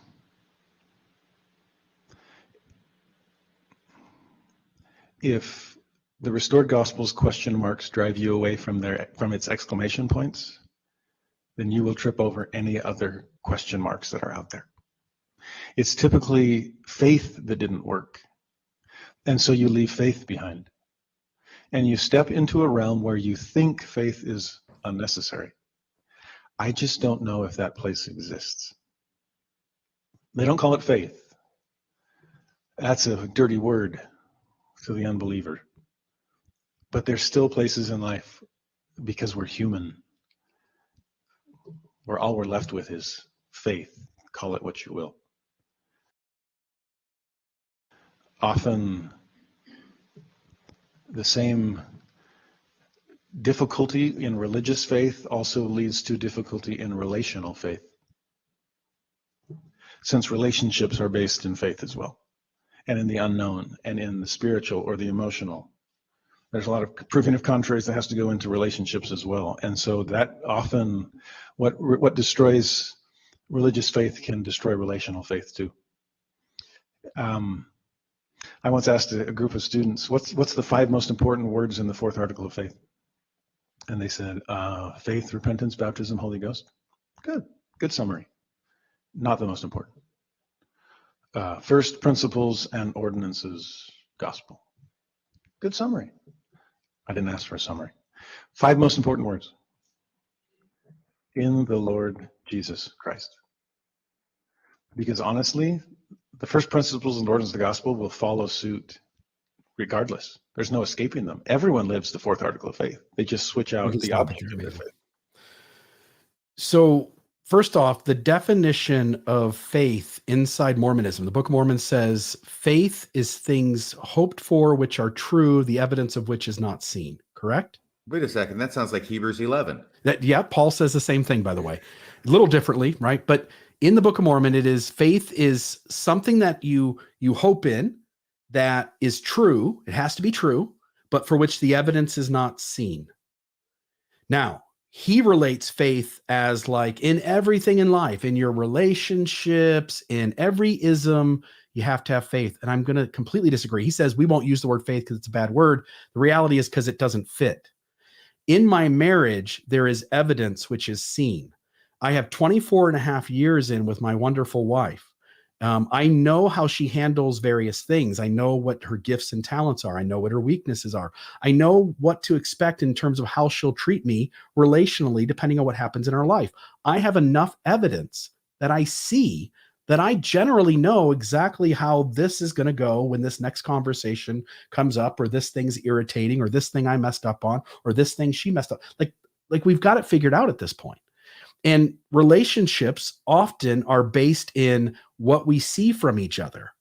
We build up trust. We build up safety. We build up assurances. He's using faith incorrectly when he speaks of these other things outside the church. He wants you to believe faith has to be used everywhere. And the reality is that the way faith is defined by him inside is very different from the way he's describing faith outside, and it simply doesn't hold up. Yeah, I liked his ulterior little slip in there about how if you leave the church, you're more likely to get divorced. Yeah, I think marriage is hard no matter what, and I think a lot of Mormon marriages end in divorce too. And staying in a bad marriage because your religious system pressures you isn't all good either.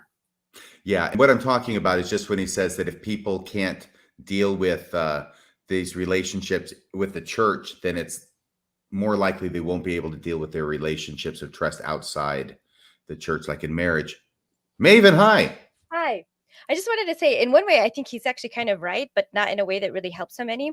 And that is, I think when you lose faith in a partner, especially if they've been maybe cheating, lying, gaslighting, just being covering things up. And abusive. Yeah, exactly. Trying really, really hard to make sure that you don't find the information that's showing what they're actually doing behind your back this whole time, while requiring a whole lot from you. That this is, that's something that tends to not go over well when the person finds out. And so, that's why people leave relationships like that. And that includes the church. It's a good reason to leave one like that. Yeah, I divorced Mormonism. Yeah, it divorced me. For all of Jared Halverson's attempts to sound sophisticated, I think that he ends up using only sophistry. You nailed it. All right, should we take a couple phone calls? Please, yes. All right. Bella, let me turn this up. Bella. Oh, she might have hung up. She did. She hung up. I'm going to try to call her back. No. So give me 1 second. We'll see if she answers. Hello? Bella, how are you? Hello. Hey, I called you back. I hope that's okay. I saw that maybe the call ended somehow. Would you like to be on the air? Yeah. Okay, Yes, then I you're just want on. to say thank you. Yeah, you're on right now. Your wish is granted. Okay. Yeah, I just want to say thank you to all three of you. It was really good tonight. And I just want to touch a little something on obedience and repentance and faith, because it seems like everything revolves around that. And like you were saying, everything is the member's fault. For instance, we have a stake president that he had a vision for a branch to be a ward. And every stake conference, or every time that we go to a ward, to a branch conference, he would say, I had a vision last night, and you will be a ward by the end of the year. And we knew that that was going to be impossible, because that would mean like maybe 5 baptisms every week. And I just remember one day I raised my hand and I said, honestly, I can have all the faith in the world, but I don't believe that's going to happen.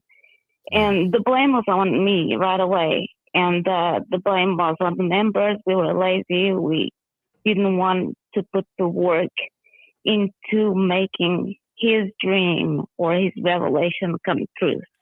That was our fault. Yeah. So anyway, I'm going to hang up now. So thank you guys. And there was a fabulous show tonight. Thank you. Bella, thanks for calling. The same thing happens with mission presidents, right? They treat Guatemala's mission success the same as New Jersey. So the mission president in New Jersey goes, Guatemala's having this success. It's the faith of the missionaries down there. No reason why you can't. And the reality is that because it's not magic, because there's no God magic, New Jersey is going to have a different baptismal rate than Guatemala, regardless of the faith of the missionaries. The faith of the missionaries collectively from mission to mission is almost assuredly near the same. The reality is the results are different because they're different areas with different people who have different educations, different poverty levels, different life circumstances. Yeah, and when I was at the MTC, they're filling our minds with these ideas that we're going to be like the sons of Mosiah, and we're going to go out there and baptize thousands of people. They're actually saying that to us. Now, I know they're trying to build us up, but still they got to realize, they got to realize that there's nobody who's ever baptized thousands of people in Japan, period, ever. So they're setting us up for failure, and they're setting us up to blame ourselves. And because obviously we're not righteous enough if we're not baptizing thousands of people like we were told we should. And then your mission president or your stake president or whoever your priesthood leader is gets this crazy vision of success, which is going to redound to his glory with his superiors, right? And hopefully move him up that ladder. But his unrealistic goals, when they're not met because they were unrealistic in the first place, get blamed on the members instead of the guy who made the unrealistic goal in the first place. Which reminds me of Eyring saying that God makes no mistakes in his calls, right? So it's obviously God leading the leader. It's got to be the people. It's got to be the underlings that are the problem. They're always the problem, the cog in the machine. The fault, dear Brutus, is not in our stars, but in ourselves that we are underlings. All right, one more call really quick. Eric, you are on the air. If you can just make it quick and we'll end with you, my friend. You bet, guys. I just wanted to pipe in real quick on an issue that RFM raised there at the end. And, this prick Jared, I don't know very I'm sorry, many wait a second. Latter-day Eric, what did you say Mormons. there? I was busy focusing on writing your name down so I'd remember it. And then you said something and then Bill started laughing. Yes, it was prick. This Okay. prick How do you Jared. spell that? P-R-I-C-K. Prick Jared. Got it. It's spelled ASHOLE. Maybe And this this is the Jared prick, who's part of our chat every week. He could. Most ex-Mormons will give Mormons the room to believe whatever they want. The problem is that the church won't stop attacking us, and specifically, they won't stop attacking our relationship. And this guy at the end has to say, well, once people lose their faith, they lose their ability to be in relationship. And that is absolutely unacceptable. Toxic. You know, if he wants to get up and drone on for an hour and a half and say absolutely nothing of substance, that's fine. But in the end, he leaves one last jab for the believing people, the people like my family that are sitting in that audience, that says, this guy who you love, by the way, he's done with relationships. You can't trust him anymore because he has left the faith. Yeah. Great point, my friend. Thank you, Eric. Eric, thank you. Well Yeah, said. thanks a lot. All right. You said something at the beginning about a song. What was that about? Oh my gosh. Okay, because you titled this thing "The Games Apologists Play," right? So I thought, of course, you were riffing on the song by Joe South, "The Games People Play." And Maven, you want to join me in? Yeah, I didn't know if we were like wrapping up the very end, or if I could jump in and say. Oh, jump in with your contraries, please. Yes. Contraries? I We'll gotta skip my song. I'll have to pull them up again. But actually, so before I get to the contraries, I wanted to talk about. Sorry, can you guys hear me? Okay. Now I can hear you better. Okay. So, I mean, RFM, I think you were saying that you feel like the central meaning of his talk was kind of about the fulcrum and the church always being in the center, and that's where we're needing to be. I feel like the real central idea of this talk was actually to I mean, kind of when we go back to having the cognitive dissonance and that's some kind of high form of faith, there's a point. Actually, I think I might go ahead and play it. Or maybe we did at 117. He talks about struggles with doctrines like being logical or unethical. Did we play that? No.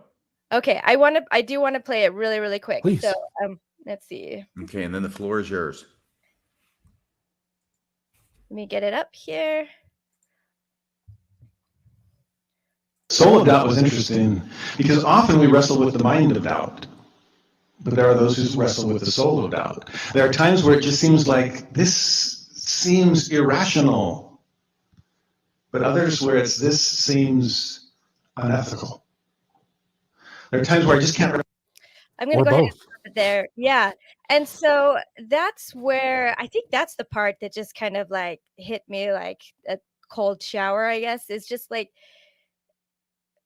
he is advocating here for his listeners to turn off their minds, turn off their reason, turn off their logic, and also their ethics and their empathy. And he hopes contraries can like fix this kind of a tug or pulling. You know, it's sad. The church makes us go against our minds and our hearts. I think we all feel that way. I think everyone in the chat as well who has left the church Great point. has seen this, and we've gotten to a point where we're not willing to do that anymore. And that's where you just can't really stay in the church if you're not willing to give that up to the higher authorities. And I feel like he's teaching this at the fireside because he's done it himself. So he is both a victim and a perpetrator of this really awful thinking. But I guess if Jared does watch this show to respond to anything, I just want to point that out to you, that's what you are teaching people to do. And members of the church always really, really hate it when there's the crazies that go off the deep end. They don't want anything to do or, have any association with people who do really horrific things. But this is how they do that. This is how it happens. And this is just the worst and most insidious thing about this whole thing. So saying that, I can go to my contraries if you want. Okay. So he was just talking about basically holding on to two different things, and as we saw, kind of saying yes with both of them, as if that was very, very profound. So here's some that I thought of. It was creepy. And I guess if you think about it this way, like this will solve all your problems and you can go back to church. So on the one hand, we can say that God can be really, really loving and a genocidal maniac. Or is the Book of Mormon and the Book of Abraham, are they complete frauds or are they inspired scripture? Yes. Yes. Right? Does Mormon mean more good or is it a win for Satan? Yes. Yes. Right. Are prophets people who commune directly with God, or are they people who manipulate teens into marriage? Yes. I mean, I've got more. I don't know how far you guys want to go. Keep going. I guess. All right. So are bishops called by discernment, or are they child molesters? Yes. It can be. I just want to be clear. I'm not going to say this about every bishop because there are good ones out there. But anyway, No, I think what you're doing is showing the absurdity of taking his contraries and accepting them both when you get to choose your own contraries. right. One for me, I was thinking that God can love me as his most precious daughter and want less to do with me than his sons. Yes. And then, yeah, I mean, those are the best ones, I think. So, yeah, that's love it. it. And then actually, I want to say, like, there's other. Did you say, is Joseph Smith a prophet or was he a fraud? That's in the list. I don't remember if I went through that one or not. Would you say it? Because I'm dying to say yes again. Oh, okay. Is Joseph Smith a fraud or is he a prophet? Yes. There you go. But there's other like genuine ones I think we could put out again. Like if we get to choose, one I would want to choose for Jared is again just going back to the beginning, and of course how he's comparing us to Sherem and using all these cunning words and things like that. And we're all anti-Mormons. And he's at one point he said, if you're religious, you have a target on your chest. I just wanted to say, Jared, is it possible that people can really hate the church and be upset at it, but also have legitimate criticisms over it? That we have really true points to make, and that there are real problems in the church that need to be fixing. And if they're not fixed or can't be fixed, it's worth leaving the church over. I just wanted to put that out there. Yes. That's really profound. And the idea about members of the church having a target on their chest would explain the choice of apparel by the Midnight Mormons last November. I thought that. Yep. Yeah. Yeah. Take us home with a song. RFM. Okay, just one verse, okay? Because the games Please. people play, first verse, Joe South, really, really says how I feel about this whole fireside by Jared Halverson. Okay, you want to join me, Bill? You do it. I don't know. We the can't play it words. because of copyright. Sorry. No, you can sing it. But I you can can't play sing it. Correct. Okay, let's see how I go. Oh, the games people play now, every night and every day now, never meaning what they say now, never saying what they mean. That'll be enough for now. Okay. Have a great night, everybody. Sorry, can I do one more thing? Please. I don't know if we talked about this, but when he's talking about being pulled between his head and his heart, between logic and between empathy, I can't believe I didn't say this earlier, but I feel like on this side of things, we get both. So it's not a pull or a tug at all, because we have the science to back us up. We have data to back us up. We can see people's lives being improved when they leave the church, and stronger relationships, etc. We see that there's not any harm or catastrophe coming from gay marriage, the collapse of society, or any of these things that have all been promised. And we are more loving and empathetic, and the world is a better place. So it's just a really great thing about being on this side, is that you can follow your head, you can follow your heart, because they're in harmony, and it makes the world better. That's it. Bam. Mic drop.